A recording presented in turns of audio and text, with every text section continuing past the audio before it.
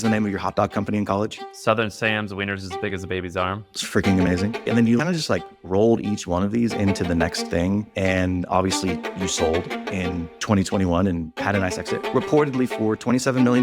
Depending on how you look at it, it was potentially a lot more. Okay, so $50 million? Stop me when I hit it. 60, 150, 250. That's all you're gonna $500 get. million, Sam? You got 500 million. Anyways, billions? Hampton is my company. It's a company that I tell people I want my grandkids to intern here. So I want it to last for a long time. I'm a solopreneur in the sense that I own things that make money that require no one to work on them. But my skill set is building companies. You know, like my last company, The Hustle, it was run really well. And I made a lot of mistakes and I could have ran it even better. But for a 27-year-old or however I was when it was doing well, it was tight. When was the last time that you thought to yourself, oh my gosh, I've become an out-of-touch a-hole? I had to do the other day for the first time in like 3 years. How often do you go into the office? 4 days a week, Monday through Thursday. And Friday I'll do stuff at home. And because it's summertime, I'll probably bail at like 3 o'clock. What are your hours in the office? Well, I would say between 9:30 and 5. Oh, you're there all day. Yeah, I think people misunderstand my life. Like, I'm like a working man. Like, I like do stuff. Like, I have one company, I have one job.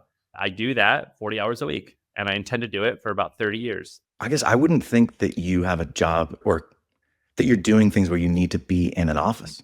That's more my question. It's not that I don't think you're a working man. It's just like, why go to an office? Because the troops are here. I don't know. Like, I'm a much more boring person than most people actually Well, think. no, I mean, I think of you more as like a solopreneur, right? It's like, okay, you have the media company, you're making investments. You don't necessarily have a large team. So it makes sense to me when you say the troops are there.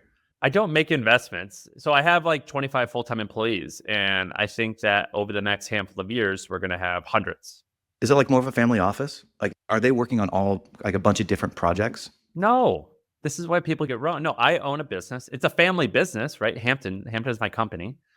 And it's a company that I tell people I want my grandkids to intern here. I want it to last for a long time. But no, they have one job. I hire wonderful people. I give a lot of autonomy to them and I check in with them. But no, I'm a solopreneur in the sense that I own things that make money that require no one to work on them. But my skill set is building companies. You know, like my last company, The Hustle, it was run really well. I had an executive team and I made a lot of mistakes and I could have ran it even better. But for a 27-year-old or however I was when it was doing well, it was tight. It was a tight org. So I'll give you a little bit of my perspective. Healthcare is by my background. Bought, sold, started multiple companies. The last two big companies that I had was a $15 million home health company and about a $7 million medical billing company. And at its peak of all the companies we had, we were doing like $30 million a year. So Not your size type companies, but they're good companies, right? And we had a good exit. But I had people on those teams that like will always work for me for the rest of my life that I just freaking loved. And so no matter what I do next, yes, they're a part of the team and they may be working on the thing that's the priority right there. But I also then have them working on, hey, we're getting credentialing for this physician on this other thing we're launching. Sarah, will you work on this? Or like, hey, Christy, we're trying to do this billing thing on this other thing. Could you go and like do some work over here with this team? So it's not that I'm thinking you don't have a team that you work with. I just didn't realize it was like, oh, they're just Hampton. 25 people, just Hampton. They don't do anything else. Yeah, they're Hampton. Yeah, those people are just Hampton. But I mean, I guess there's a time and a place. Like we're not at the phase in Hampton where I can deviate any focus. At The Hustle, one of my great points of pride, I think we had, I don't remember how many people we had, maybe 30 people when we sold the company, but like 15 of them are like millionaires or something, or in that ballpark because of businesses that they own. And I'm close with many of them, acquaintances with many of them. And I take a lot of pride in that because we found really good people and we train them. And like, it's like I think we do a good job of running things. I had an exit, mid 7 figures. And I made some investments. Honestly, the hardest thing for me post-exit has been, what do I do next? Not because there's not enough choice, but because there's too much choice. Like, yeah. And you're on a show where it's like every day, idea, talking to cool person. How the freak are you only doing one thing? Like, how are you only doing Hampton? I'm in the position where I've got a bunch of different investments. I'm like the poor man version of Sam Parr. People think that I have more. So first of all, nearly all of my money is just in the Vanguard Index Fund. I had a CEO of my company. And when I did, I had a little bit of free time and I made 1 or 2 weekend projects, one of them being like Sam's List. But that's not I don't work on that. I talk to her like weekly as like a friend or acquaintance. But Kimmy and I, like, meet quarterly. So like I spend virtually no time. She's the majority owner of the company. I gave it to her. I love Kimmy, by the way. Yeah, she's the best. And so like I don't have any other stuff. Like I made this thing called Copy That. I made that before I started Hampton, and it just like makes money every month. But how? Like, how do you have no other stuff? It just seems like you're getting bombarded with opportunities. How are you not like, I could throw 50 grand at that? It's the other way around. I've talked to so many successful people. I know the patterns. And I know that there are a very few amount of people that can do a lot of different things and succeed at a handful of them. In general, it is significantly better to focus on one thing for many decades. In general, I know that to be true. And so because I talk to all these successful people, it actually makes it significantly easier to focus. And I don't even angel invest that much, by the way. Like I say no to just about everything. So I'll push back a little bit on that. I think there's two types of focus. You've got Warren Buffett and you've got Jeff Bezos. Jeff Bezos is like, I'm doing Amazon. I'm only doing Amazon. I'm all in on Amazon all the time. And it was like, okay, he's all in on this one business. And then you got Warren Buffett. He's got a ton of different businesses that he's invested in over time, right? No, he's got one. Of, his business is investing. But that's the point I'm making, right? Like his business is investing in other businesses. So like his core skill set is one thing. He's like, I'm a capital allocator. That's the only thing that I'm going to focus on. So I do think though, sometimes people confuse those as you're like, well, I only got to have one business. Well, you could just be the greatest marketer in the world. And that's your business, is helping people build brands or products, or like that's your agency. So there's like the spice of life kind of variety of things. So that's why when I look at you, I'm like, you have an amazing skill set, obviously, just like Liam Neeson, a very particular set of skills. And it's just interesting to me that you have I admire it because I don't have the self-discipline to do what you're doing. It's not always discipline. I mean, a lot of it's fear. Like I just want to succeed so badly that I refuse to deviate from like the one thing that I'm doing. I don't know how to explain it. I just think that logically I know it's better to focus. And also I just don't have I guess I have the urge, like I sold my company, The Hustle, that was my foundational life-changing thing. It wasn't that old. You could say it was a little like it was, I think we sold in year 5. I had been working on it. Originally it was a conference that like kind of pivoted. If you think that is the beginning of it, then it was maybe 7 or 8 years old. And then I'm still on the podcast, which The Hustle owned. So in a weird way, I could be like, well, I've been working on it since 2014. So that's Sure. 11 years. I made a lot of the money early on. So I don't always stick to what I'm saying. Like I make the same mistake that I tell people not to make all the time, which is focus and do it for a long period of time. Like in general, I typically I can't do 2 things at once. Do you regret selling any of the businesses you sold? I've only sold one business. I've only had one like really successful company. Dude, no. I was doing the research. There was a business. It was like small. It's like a $15,000 exit, right? It was a roommate matching service. That was my company. It sold, and then I had to go start something new. And so that was The Hustle. Do I regret selling? I wish. So no, not at all. I don't regret selling. Like I got paid like many years of annual earnings up front. Like that's great. Also, what's great is when I started the business, I'd given equity to some people. And that was actually a mistake, because when you sell equity or give equity, you sort of have an obligation to get a return. So that was just the game I had signed up to play. I regret playing that game, but once I'd signed up, you have to sell. I'm happy that I was able to secure like financial security. Right. I sort of wish that I was able to own it forever, but that wasn't the situation that I was in. That's the point I was kind of getting at. Over the last year, I've gotten to this point where I made a lot of decisions based on fear in the past.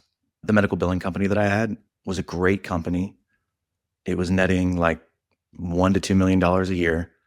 But in 2021, I was like, Fed's going to start tightening. Asset prices are going to come down. And I wasn't running that business on the day-to-day. So I was like, sell. Well, let's get out of it. I'm scared of what's going to happen. And I look back, I wish I wouldn't have sold that business because it was a great business and it would have stayed consistent. And I look at my, let's say, portfolio of stocks that I've gotten in and out of, many of the companies that I've sold, I regret because they're still great companies. And so I'm like trying to balance this. How do you kind of get the security that you want, but then also realize life is long. Like there's a lot of compounding that takes place. You don't get both, that's for sure, right? But I guess you could. Like a lot of the greats, the people who I admire, I'm a big history buff. A lot of the greats who I admire, many of them were not cash rich until like their company was making billions of dollars. And so they would own a company that was like, for example, I was just hanging out with a buddy who bootstrapped a company. It's year 15. it's making 150 million in revenue and it's killing it. Whatever. He's on paper, that's probably worth $500 million and he owns it. So that's a lot of money. But he was like, I still don't feel financially secure because like I don't take significant income out of the business. And so like I bought a home for $4 million and I have $1 million to my name. So video's cool, but I have what scientists call a face for radio. And so what's even cooler is long form audio via my podcast and my newsletter, nikonomicspod.com. Go there for free, subscribe to my newsletter. It's 1 email per week. It's super tactical. And then go to my audio podcast. I do 3 to 5 episodes a week, depending on how curious I am. And it's stuff like this. It's all free, no sleazy sales pitches, nikonomicspod.com. And so you're wealthy equity wise, but not cash wise. And that actually feels not always the most secure thing. And so I think there's a balance. Like for me, I had a goal at a very young age, like age 21, where I want to be financially set at age 30. And if I can get that, I hypothesized, then the rest of life will feel easy and I'll have more fun and I could still create things. And that's what I'm doing. But yeah, you can't have both. And me selling at a young age, that meant that I got what I wanted, but I definitely closed the door of like potential upside. There's no doubt about that. What's interesting, I always tell people this is like, in my opinion, I agree with you 90%. Secure the bag and then you can play the long game or you can take a little bit more risk. For me, it was about taking risk off the table. And I'm grateful that I did it. There is still that part of me where it's like, man, it's interesting that it didn't just fall apart after I sold it. Like it's still there. It's still a business. Like you have this like imposter syndrome thinking things are just going to collapse. But over time, as you get older, and I'm almost 40, I've just come to realize like the Lindy effect, things last longer than you probably give them credit for. They can. At least for me. They can. Yeah, they definitely can. I think you're the most relatable, successful person that I know of in the media landscape that like talks about business. You weren't like, oh, I was in Silicon Valley at the right time and I was the employee number 10 of Facebook, or I was, I don't know, the guy who invented this marketplace. You've got this like compounding story. I mean, you started, what was the name of your hot dog company in college? Southern Sam's, wieners as big as a baby's arm. It's freaking amazing. And then you kind of just like rolled each one of these into the next thing.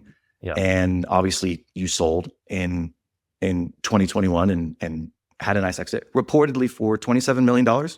Depending on how you look at it, it was potentially a lot more. Okay. So $50 million. Stop me when I hit it. 60? I will never. 150. That's all you're going to get. That's all you're going to get. $500 million, Sam? You got $500 million. Anyways. Billion. I don't know. Who knows? Billions? But, look, I sold it for some cash, a good amount of cash. I got HubSpot equity that changed a lot while I owned it. And then also our MFM, the podcast took off. That has been good. So depending on how you look at the price of the deal, it was very good. I'm really happy with it. Like the reason I say most relatable is because like I think people could look at you and be like, oh, okay, that's like a blueprint I could follow. I'm compounding my learnings. I'm compounding my growth. What's been interesting though is you have a podcast called My First Million. Yeah. You've got another podcast called Money Wise. You ask people about money all the time. Chris, who I mentioned earlier, we like sometimes we'll talk to each other and we'll be like, why is Sam Parr so obsessed with money? Why are you so obsessed with money? I'm obsessed with manifesting, and I chose the world of business. I think that money equals freedom.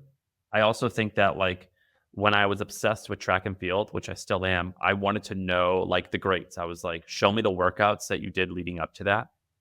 I wanted to know exactly what they did. And then I also wanted to know what were they doing at the age of 16, because I'm going to work backwards and achieve that. And I just think that idea of working backwards and it's kind of addicting. I think that like when you see what's possible or how to do something, it becomes very contagious and it makes it easier to achieve. I think that like Jamaica is a very small country, but they absolutely dominate the 100-meter dash. Why? Or America dominates at like a variety of things. It's like, why are we so good at making movies? Why do we export culture? What is going on?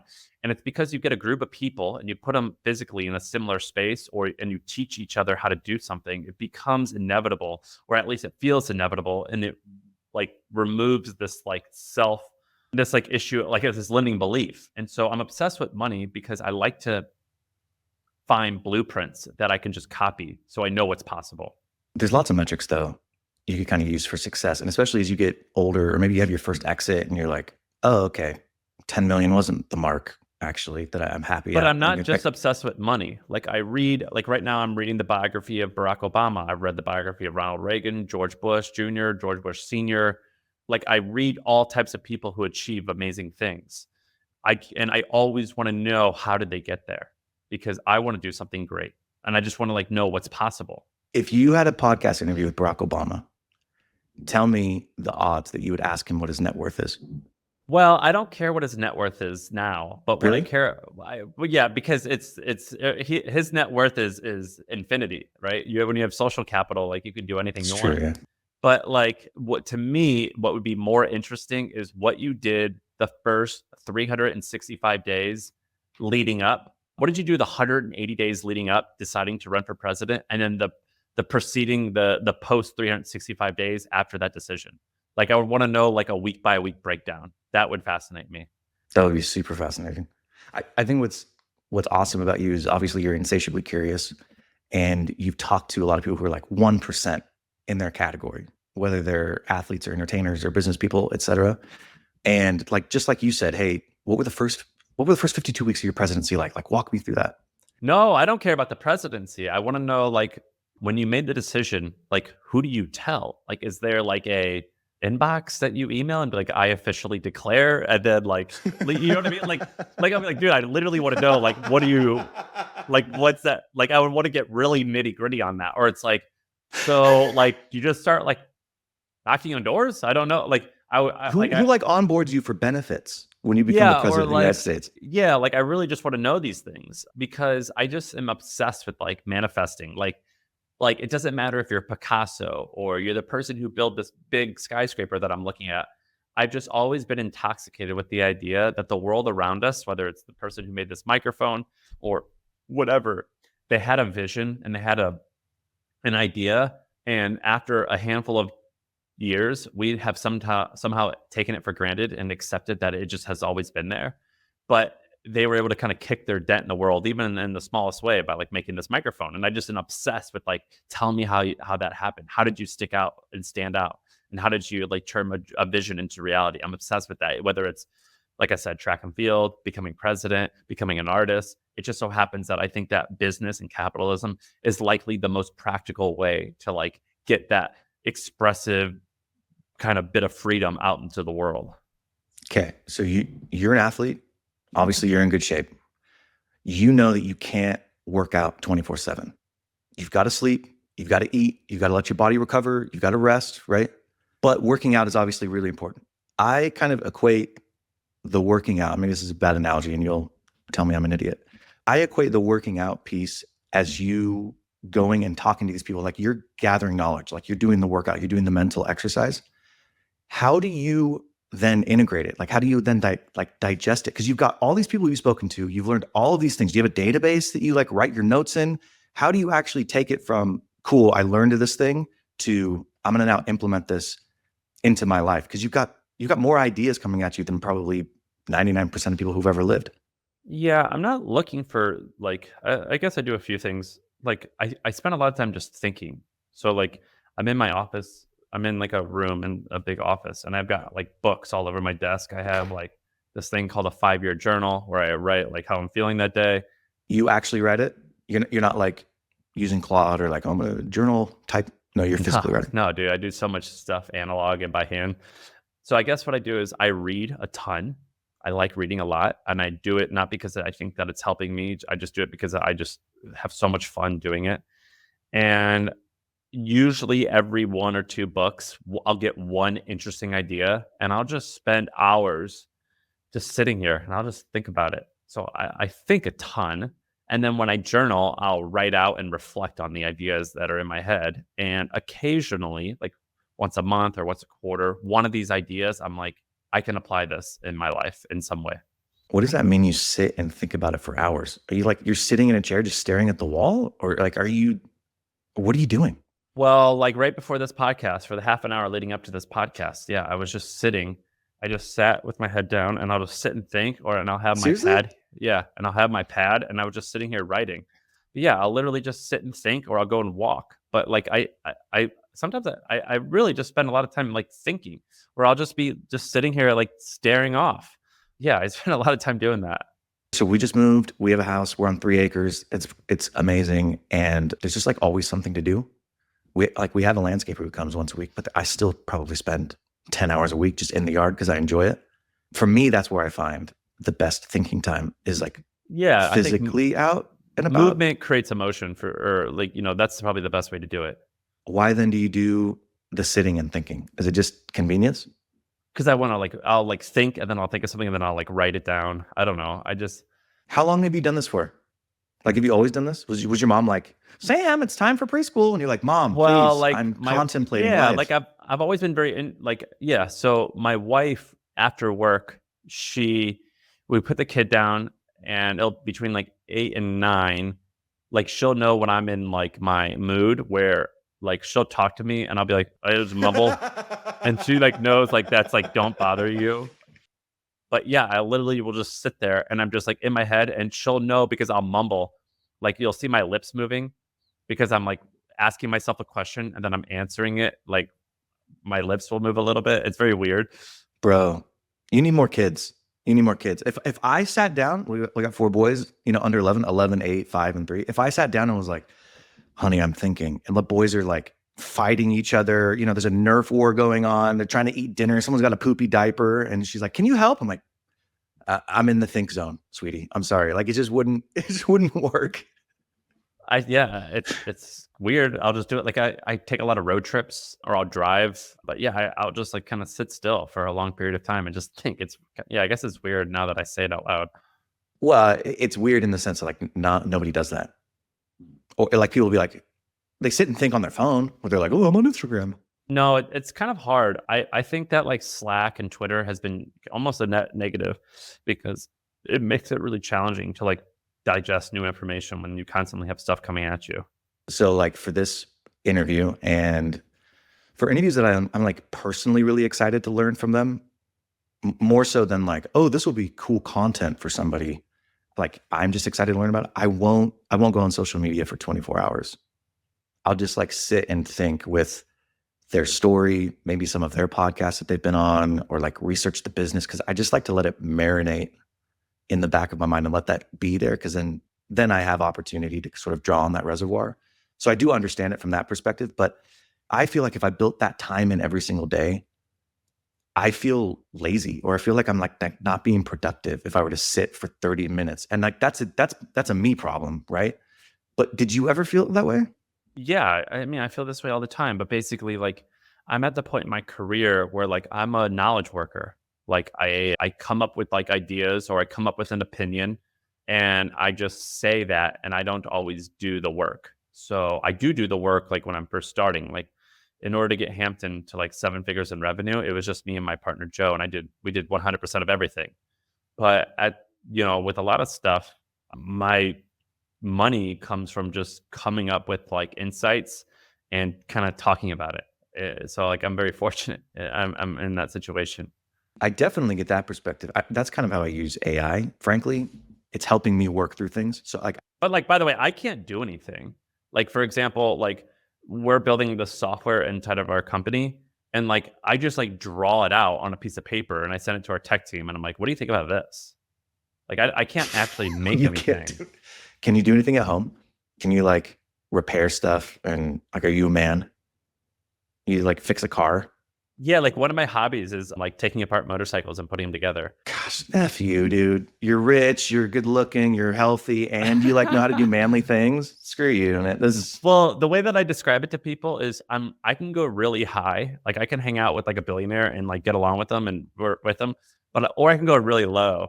Like I can go hang out with like hoodlums on the street and like get along. Like for example, this Saturday I was at the skate park for like 3 hours, not 3 hours, like an hour and a half.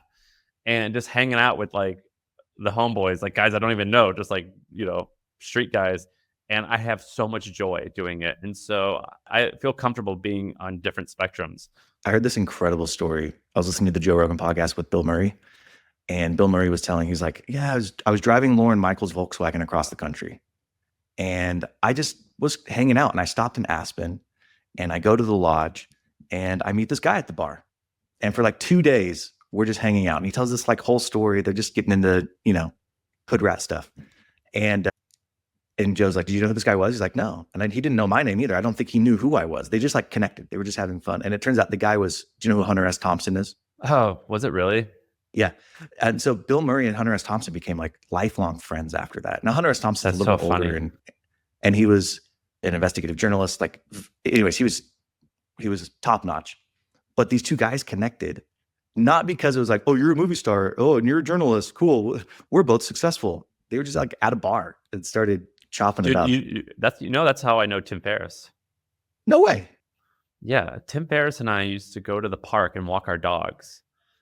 And maybe he knew my first name, maybe not even, but we were like a dog walking acquaintances. Really? And yeah, we were just talking about dogs and like the neighborhood. He didn't know who I was, but of course I knew who he was, but I didn't want to like blow his cover. I wanted to make him feel comfortable. And then after doing this for a handful of weeks or months, she cold emailed me, asked about newsletters and asked if he could get dinner. And I was like, yeah, let's get dinner. And I show up to dinner. He's like, "Oh, wait, you're that guy?" It's so good. Hey, I don't know if you remember this, but when we started this podcast, we entered into a social contract. I would spend time, energy, and money producing this podcast, interviewing these individuals and giving you insights into how to build, buy, start, grow your business. And you would like, subscribe, and leave me a 5-star review. Now, out of that, we both get to talk to really cool people and hear really cool insights. We both get a ton of value. But I just want to help you keep your word. So would you do me a favor? Will you go leave a 5-star review for me on Apple or Spotify? It would really help. And if you want, even share this with a friend. So I grew up one of 9 kids, obviously because I'm Mormon. My oldest brother, his name is Ian Puente. He's a half brother. I have another brother who's a half brother. My oldest sister is half Chinese. I had a twin sister who is severely developmentally delayed. And then my 2 youngest sisters are actually my cousins. We adopted them because my aunt was a drug addict. So like my family is super close. Oh, and my dad is an immigrant. He grew up in Brazil, but he's full-blooded Ukrainian. He was a professional soccer player, tons of Latin American friends. It sounds like the UN, man. You got a very... Dude, it was amazing. Yeah, you guys, tell me an accent, I'll do it. Were you like negotiating like treaties and stuff like that in your household? It sounds pretty much. And I was the middle child, so I was the problem solver. But yeah, I was like, "Nikolai, what is your sister Natasha?" I don't know. She's with Ian, my Mexican brother. Anyways, I've always felt like I could connect with almost anybody because of that, except for very, very wealthy people who were like, "Yes, we took the yacht out this weekend and went to St. Martha's Vineyard." And like, I still can connect with them, but there's just like, you have a life experience where I feel like I can connect with 95% of people, and it makes life way more enjoyable. It's very strange. I think there's only like 2,000 or 3,000 or maybe 4,000 billionaires on Earth. On MFM, we've had like 4% of them on the podcast. And so I've been like crazy fortunate to like meet these people who are like tip top of their game. The majority, but not all, the majority of self-made entrepreneurial billionaires are fairly not like you're describing, or maybe they do live that fancy life. Many of them do. They can snap out of it like pretty quickly. Like you could be like, "Dude, like get the leftovers. Don't throw away the food at the restaurant." And like I've done that before, and they're like, "Yeah, that's a good idea. What are we crazy? We can't." And so, but like the kids or the grandkids are definitely. So my brother-in-law, he's going to be a billionaire. He's got a healthcare company, $500 million that he's grown in 7 years. It's growing like crazy. And luckily I've known him for 20 years, like well before he became what he is now. And we're still like, "Hey man, I got to get a colonoscopy and I need a colon cleanse. You want to take me to Taco Bell real quick?"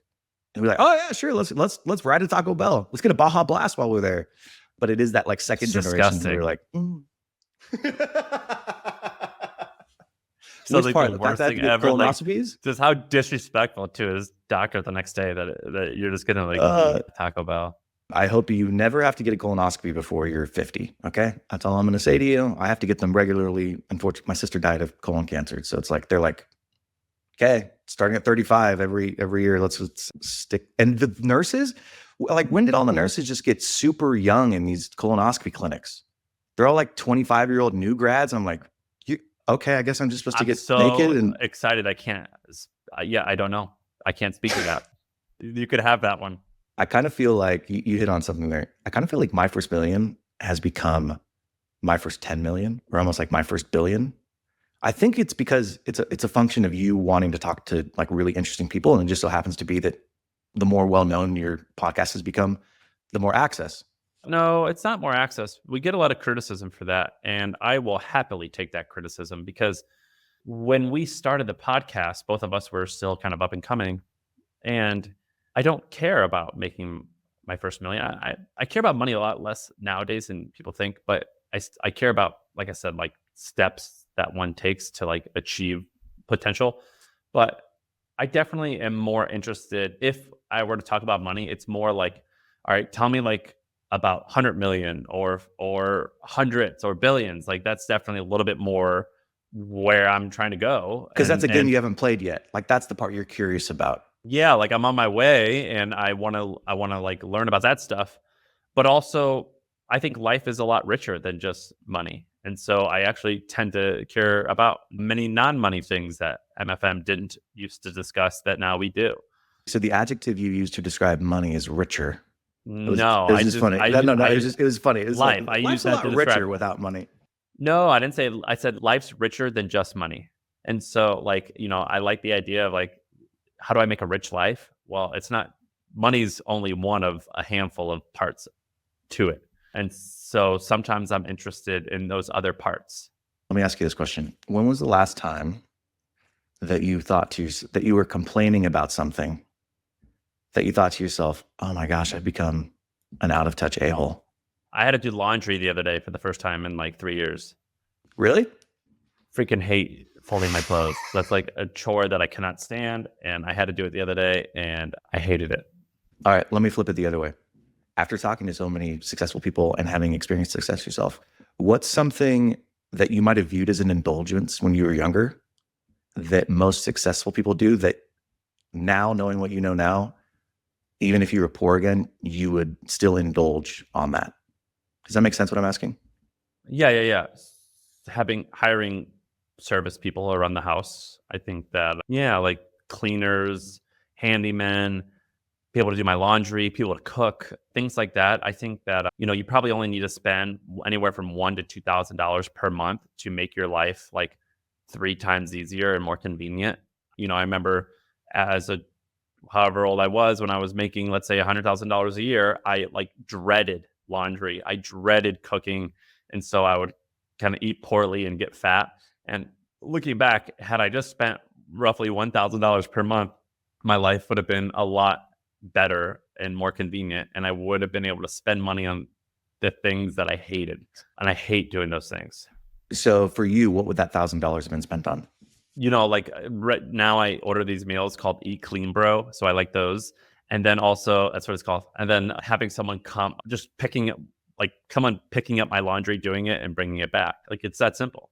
And I was too cheap to do it. And I don't know why. And like people are like in awe, like that I'm like, well, I don't do laundry and I don't cook. And they're like, oh, that's like a rich guy thing. I'm like, no, like you can do that for No, like that's a me thing. That's like, you could spend $1,000 a month. Like if that's your thing, you can cut back on other things and indulge in that thing. And it all depends on what your money dials are, and that's my dial. When did you get okay with that? Because obviously back then you weren't okay with it, but like when did you realize? My financial situation was interesting. I paid myself very little when I ran my company. So I was cash poor, which was a huge mistake. I wouldn't suggest doing that. It's like, because my business was making money and I should have paid myself more. And then the last year I paid myself a lot. And then also my wife was an early-ish employee at Airbnb, and she crushed it because of a IPO of Airbnb. And then like 2 months later, my company sold, and that was like life-changing overnight. So that was like, it took me about 2 years to get used to what that felt like, because I went very quickly from like making $50,000 a year to, not a lot more. And it took probably 2 years to get used to it. Maybe honestly, it took 4 years. What did you think your superpowers were back then? And like, what do you think they are now? Back then was tenacity.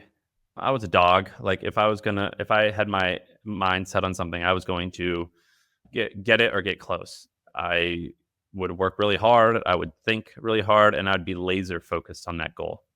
So tenacity. My superpower now, I have like a pretty insatiable appetite for information. Like I just can't stop reading and learning. Like I'm incredibly curious. Like the most used app on my phone is Wikipedia. Like I'm just on Wikipedia all day. I just All cannot. day. I love learning. I love history. I just love consuming information and learning about how things used to get done, so I can hopefully predict the future. Have you not started using like ChatGPT's voice mode where you can actually interact with it, ask it questions, have it give you answers? The other day, me and ChatGPT just had a huge conversation on the origins of World War II. It's amazing. Yeah, like I'll have long conversations with it. Dude, my son, he's 11 now, and he'll be like, "Hey, Dad, who was the first emperor of Rome?" I'll be like, "I don't know." And we'll like be on a car drive, and then for the next 30 minutes, we just have ChatGPT up, and we're just asking it questions. It's like, "Oh, well, then what happened to him? Where did Caesar come from? Oh, I didn't know that Tsar in Russia is from Caesar, and Kaiser in Germany is from Caesar." Like you're like, "Whoa, all these things are connected."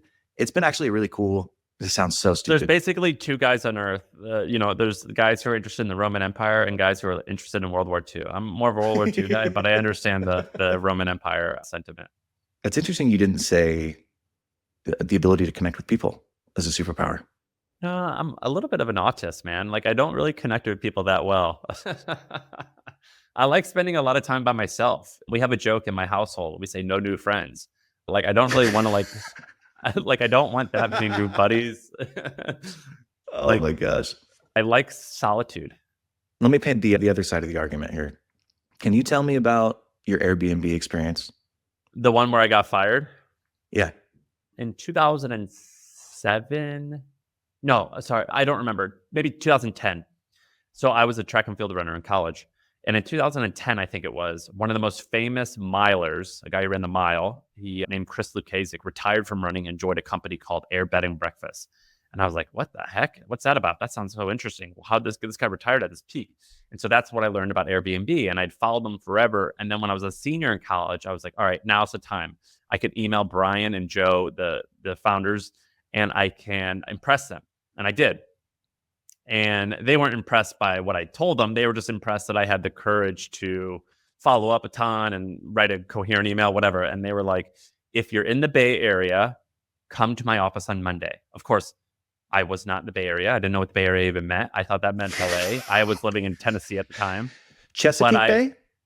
Bay Area, yeah, I didn't know. I thought that, I was like, is that San Diego? San Diego? Like I literally had to Right. Google, like, what is that? And I had never been like west of like Colorado probably. And so I flew out there the next day and I interviewed with them and I got the job. I left school and I moved out there. But around this same era, I was going through some stuff. I got a little of some demons in me a little bit, and I had gotten arrested. I got arrested for fighting. I got arrested for DUI. Basically, it all stemmed from drugs and alcohol. And I thought I was pulling a fast one because on the application, it said something like, have you been convicted of a misdemeanor? And at that time, my court date was scheduled for a later period. And I was like, well, technically, I've not been convicted yet. It was some type of like gray area, but like it was still like I was lying. Yeah, you knew you were lying, but it was also like, well, I mean, technically. I thought I could argue my way around it, but basically I moved out to San Francisco and everything. And the day before I was supposed to start, they were like, you lied, so don't show up. You don't have the job. And so I never actually got a job there. And then years later, my wife started working there, and I used to joke that it was like my alma mater and like my old stomping grounds. But I never actually worked there. And years later, a handful of months ago, I got to hang out with Joe, the founder, and he remembered the thing, and so it worked out. I've been curious though, like, was it, hey, you piece of crap, you lied, no, you can't work here? Or was it like, dude, Sam, we like you, but come on, man? It was the second one. They were respectful, and like I agree with their decision. They were 100% correct. So it was all love. Like it was on me. I'm the one who made the mistake. But, did you stay in touch with, obviously not Joe, but like the did you stay in hiring touch manager? with Yeah, I did. Yeah, it was all good. They were in the right. I was in the wrong. There was no one to blame but me. So what I thought was interesting from that story is like, it brings you out to San Francisco, and then obviously there's a lot of series of events, but you started this thing called The Hustle. You had HustleCon. And I was going to go to SF anyway. Like I had been Googling like where do internet companies start and stuff like that. Like You just didn't know it was the Bay? I didn't understand like I just thought San Francisco just meant on the other side, and I wasn't sure if it was like I didn't quite understand. So good. But I knew I was like I was plotting. Like I remember I was like, I'm going to contact Uber. I'm going to contact this. Like I'm getting out there. There is some way in which I will be there. And yeah, I made it happen. From that, I just find it interesting. Like I said, you had the hustle, you had HustleCon. It seems like you've always been able to build networks where you've played a connector role. And then you've also used those networks as leverage to identify kind of trends or like, hey, this is kind of the way that things are moving in the future. And I mean, you may not feel like you're a people person, but you're so freaking likable and you're relatable and like you talk about your failures openly. And there's something very endearing about that. You wouldn't have been able to build these networks without the ability to get people to trust you and like you. Does that make sense what I'm saying? So like for me, it's interesting to hear you say like, I'm not really great with people when it feels like that was sort of the impetus or at least the thing that got the snowball rolling.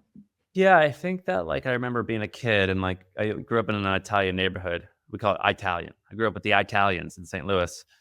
And I was like the only non-Italian. And but like the funny thing about Italians is they love restaurants and like everyone owns a freaking restaurant. And I remember like as a kid going to the restaurant and like the owner of the restaurant, sometimes you wouldn't know who they were, but you just saw this guy walking around putting his hand on people's back, being like, "How are you? How's everything? Everything good?" And they like had the best energy and everyone like gravitated to them. And I was like, I'm gonna steal that. I'm gonna have that wherever I go, where I'm just gonna act like, I'm like the guy in charge somehow. And so when I lived in San Francisco, but even before that, I remember I lived in Sydney, Australia for a little while. Whenever I would go to the new place, I just was like, if I can do the work of organizing people around something, I will eventually become the node or become like the center of it and it will pay dividends. And so right when I moved out to San Francisco, I started a book club called the Anti-MBA and that took off. That was like, it wasn't like a business. I mean, I spent money on it. I didn't make any money, but like I met so many amazing people. I learned early on that if I just become the center, I will benefit in some way. And it's not that hard to be the center. You just have to do work. You just have to like organize. And so that was like really important to me. But also like I was like a pretty goofy kid like in high school and like I wanted to meet girls and like I wanted like guys to like me, like my friend. I wanted to be like accepted. So I was always like, if I just organize people, then like girls will like me because they'll think I have power and guys will like rely on me because like I'm the one doing the work. So like, great, I got built-in friends and maybe I'll meet a girlfriend. So I was like really wanting like acceptance. I really love getting to know people and organizing things, but for me, it's been more selfish of like, I just really enjoy it and I don't want to feel left out. But what I've noticed is it totally increases your surface area of luck. Like you and I wouldn't be talking if like Kimmy and I hadn't connected, right? I didn't know she was a part of Sam's list or whatever, but just the more people that you know and the more you put yourself out there, the more opportunity kind of comes to you over time. I'm not going to say that you put out to the universe. I'm not going to say it, but it does apply here.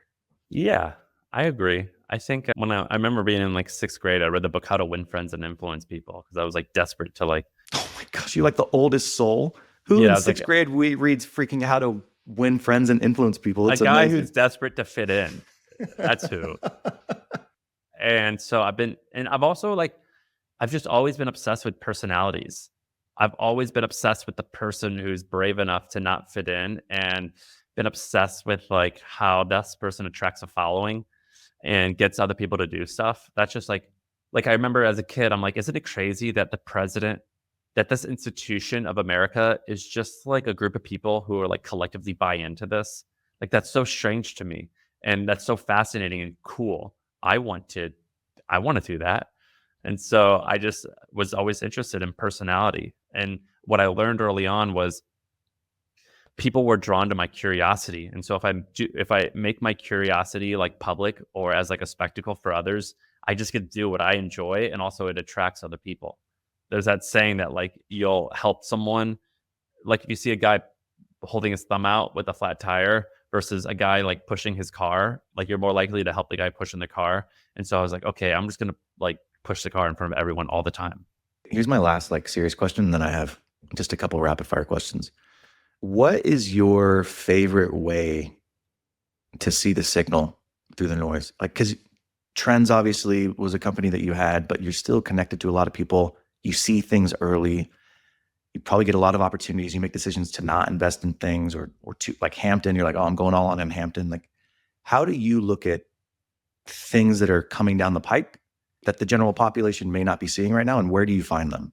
So generally speaking, hype is just hype. And the things that become popular in 10 years are the things that are not in the newspaper, or if they are, they're on the hypothetical back pages. So for example, Bitcoin wasn't talked about in the news early on. It was with a bunch of freaks on a forum.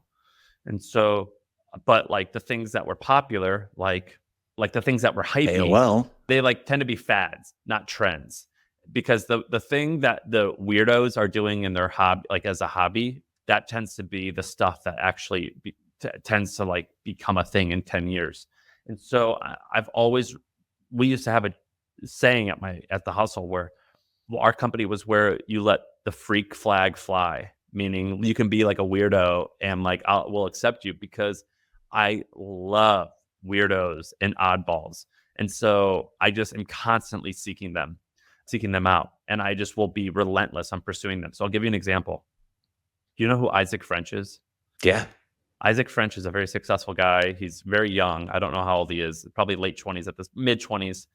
So I found Isaac. Someone had told me about this guy who had an Airbnb that was interesting, but I randomly at the same time, like it all kind of worked out, where I saw like his page for like his bed and breakfast, and his about page said, I am an accountant. I am a Airbnb owner, but I really view myself as an artist because I love painting more than anything. And I was like, what? This freaking guy, what did he just say? I've never heard anyone say that in my life. You're an accountant, but also an artist? Huh? And I called him. I just called him. I go, hi, Isaac. My name's Sam. He had no idea who I was. I was like, your about page was incredibly fascinating. What's your story? And at the end of that phone call, I was like, I'm going to Idaho next week. Do you want to come with me? By the way, you should get a Twitter page because I'm going to write about you, and I think you're going to get popular. And Isaac, who many people listening know, he had no social media at that time. So Isaac is part of this religion called American Heritage, which I jokingly call him a Mennonite, because if you don't know anything about religion, they're kind of like Mennonite-y. And when he told me all these things, I was like, oh, you're a freak. I love you. Let's become best friends. And that's sort of like what I've done many times. Like I'll meet someone and they're just an absolute strange person, or they have this weird combination of hobbies or interests that just, I've never met anyone like it. And whenever I meet people like that, I'm immediately drawn to them. Like I'll give an example. I met this guy named Cliff. Cliff wanted to come to the Hustle's office because he wanted to learn about, I don't even know why he wanted to. When he came to the office, I was like, so what's interesting about you? He's like, I can do a backflip. And I was like, what? He goes, I can backflip really good. I go, do it right now.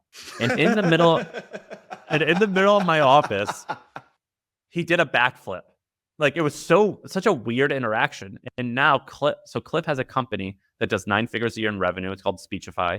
That's awesome. I have Speechify. I love Speechify. Sorry. Yeah. So Cliff is just an example where he was 21 and he had the audacity to backflip in my office.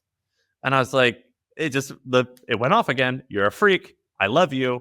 I want to follow you. And like it's always been like a really good indicator of like, is someone going to outperform? Is if they're like incredibly odd. It's like that scene in Step Brothers where they're like, what's your favorite dinosaur? Velociraptor. What? Did we just become best friends? Yeah. Like if I could meet someone who like does weird shit, like here's a weird thing about me. On my feet and on my legs, I have a bunch of homemade tattoos. I just read that like you could give yourself a tattoo with a sewing needle, and I found that to be incredibly fascinating. If I meet someone that has another stick and poke homemade tattoo, I'm like, oh, you're very strange like me. Tell me everything about you. And like you could just find all these like weird stories when someone has one or two odd or off things about them. Dude, I love that.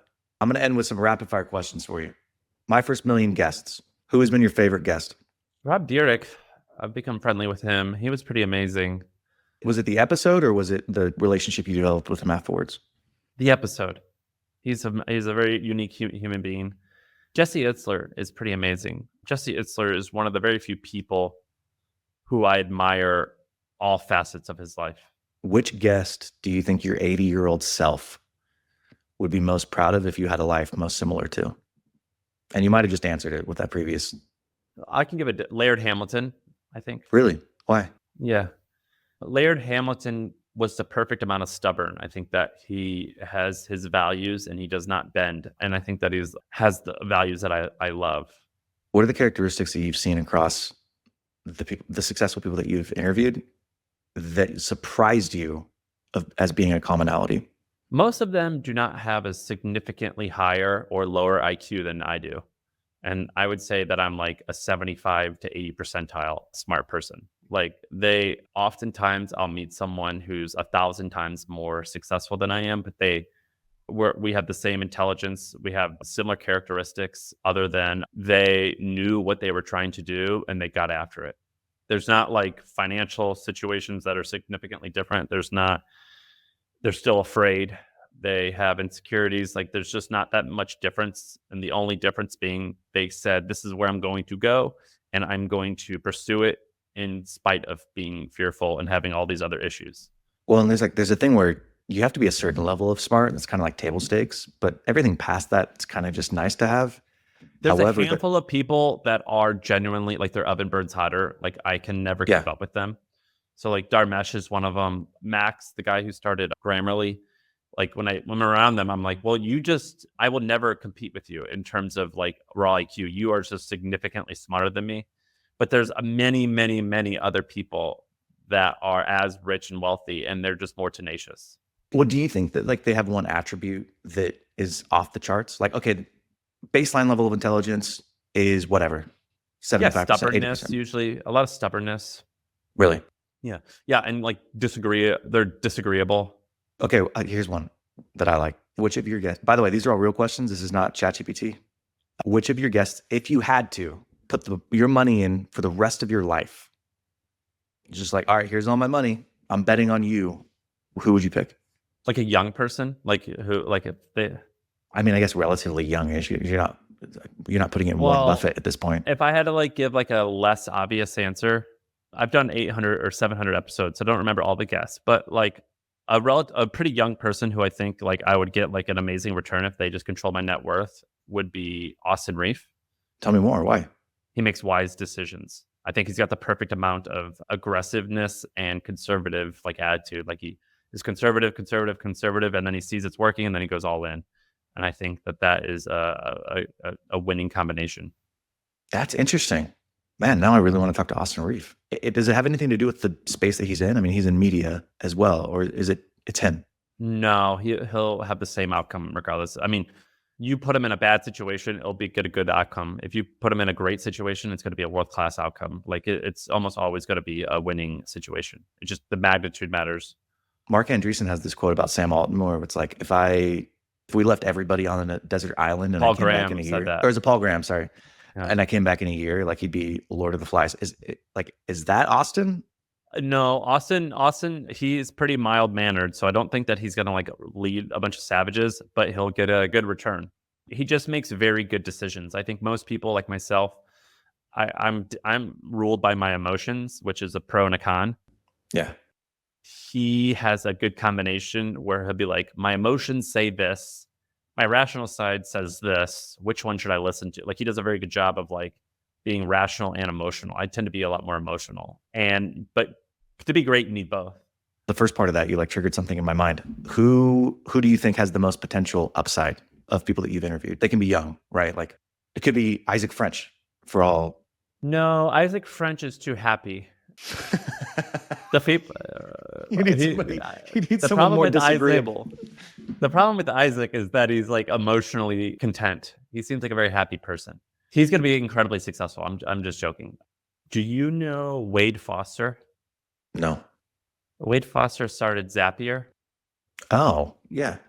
Wade lives in Jeff City, Missouri, I'm from St. Louis, Missouri, and St. Louis is nothing. Jefferson City's definitely not happening. I think there's a world where Wade becomes like worth many, many tens of billions of dollars. He's probably already worth 3 or 4 billion. Wow. I would think. I don't know what Zapier's. This is all just public information. So whatever Zapier is worth, I think they've mostly bootstrapped. And so, whatever that is. But that guy reminded me a lot of Dharmesh. So Dharmesh is the CTO of HubSpot. and a multi-billionaire. And I can't say all of the Dharmesh's stories because a lot of them have been off the record. That guy makes money. His hobbies make stupid, like little side things that he has done has made so much money. And the reason is because he's got this weird combination of competitiveness, but also like he's a hacker. Like everything's a game to him and is a hobby. And typically people who are like incredibly successful, one attribute many of them have is they're gamers, like not like just video games, but board games, whatever. Wade Foster has that attitude to me where he wants to win, but not at the point of he's going to bend on integrity. And he also seems like someone who loves games. Like if you taught him a board game, he would like study it at night. Dude, that's why so many Mormons are successful in business. Settlers of Catan. You bust a Settlers of Catan out at a Mormon party, gloves are off, bro. They're going to be saying, you guys are animals. Frick. It'll be a problem. and drinking tons of Dutch Bros and tons of Dutch Bros and other soda. This was awesome. I appreciate you taking time. I want to be respectful to your time. All right. God bless America. See you. All right. Hopefully you liked that episode. And if you've made it this far, you're either really committed or you're stuck doing yard work and you can't actually skip on your phone. So while I have you, the show is growing, but I have a favor to ask of you. Will you please help me grow the show? I want to reach more people. There's a couple things that you can do. Like and subscribe is the simplest thing. Obviously, you want to get notifications for when the next episode is coming out. But if you go the next step, will you leave me a review? 5-star on Spotify or Apple. What that does is it tells the algorithm that, oh, hey, this is a high value podcast because more people are leaving reviews for it, and it then pushes it out to more people. So that's why when people are like, will you like and subscribe and put a 5-star rating? It's not just to make themselves feel better. It's actually to get more exposure for the show. So if you do that for me, I would greatly appreciate it. And I'll see you next time.